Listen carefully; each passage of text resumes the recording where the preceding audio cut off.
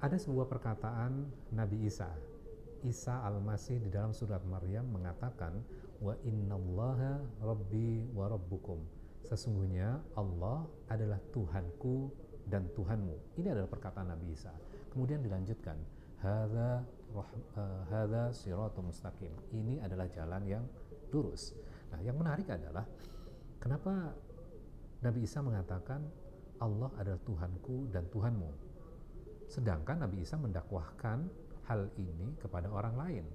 Secara logikanya adalah orang lain itu kan beda keyakinan. Kalau beda keyakinan, Tuhannya kan berbeda dengan Tuhan kita. Nah, ternyata kalau kita pelajari dan kita berpikir secara logis, mungkin nggak manusia itu berasal dari Tuhan yang berbeda-beda? Tentu jawabannya tidak. Pasti kita berasal dari Tuhan yang sama. Tidak mungkin kita berasal dari Tuhan yang berbeda-beda. Sehingga apa? Ini bukan tentang ego agama masing-masing. Setiap manusia itu harus mencari siapa sebenarnya yang benar-benar Tuhan. Nah, ini adalah proses pencarian setiap orang. Pertanyaannya gini, gimana caranya? Nah, yang menjadi problematika adalah, kan kita dilahirkan dari keluarga yang berbeda-beda. Orang tua kita keyakinan yang berbeda. Pasti kan kita akan mengikuti keyakinan orang tua kita. Fine, betul bahwa kita dilahirkan dari keluarga yang berbeda-beda. Setiap orang harus mencari yang namanya Tuhan. Tuhan yang sebenarnya itu siapa? Tiap agama ada kitabnya. Harusnya kan kita belajar dari kitab. Kita mempelajari kitabnya. Orang Islam baca Al-Qurannya, orang Kristen baca Injilnya. Agama yang lain silahkan dibaca kitabnya masing-masing. Yang menjadi problematika adalah sekarang kita beragama, tapi kita tidak baca kitabnya.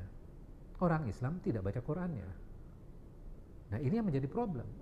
Orang Kristen harusnya kan baca juga dari Injilnya. Kita menerima agama berdasarkan penjelasan.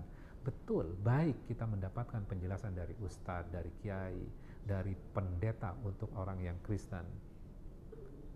Namun, jangan tinggalkan kita baca langsung dari kitabnya, karena di dalam kitab itu ada kata-kata Tuhan kita. Maka proses pencarian ini harus dilakukan. Setiap agama baca kitabnya masing-masing. Dan kita bisa lihat, dakwah yang dilakukan oleh nabi-nabi sebelumnya ternyata punya benang merah.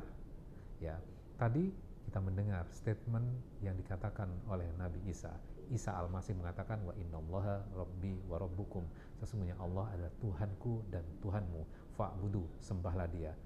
Nabi Sulaiman, Nabi Dawud, Nabi Isa yang barusan, kemudian Nabi Musa, Nabi Ibrahim, kemudian Nabi Nuh mendakwahkan yang sama, sembahlah Allah, sembahlah Tuhan yang benar. Itu adalah jalan yang lurus. Jadi ini adalah koridor besar sebelum masuk ke dalam syariatnya, bagaimana cara beribadahnya, tapi yang jelas fa'budu, menemukan Tuhan dan menyembah Tuhan dan mengabdi kepada Tuhan yang benar. Mudah-mudahan hal ini bisa memberikan inspirasi untuk kita melakukan proses pencarian sehingga kita beragama dengan benar.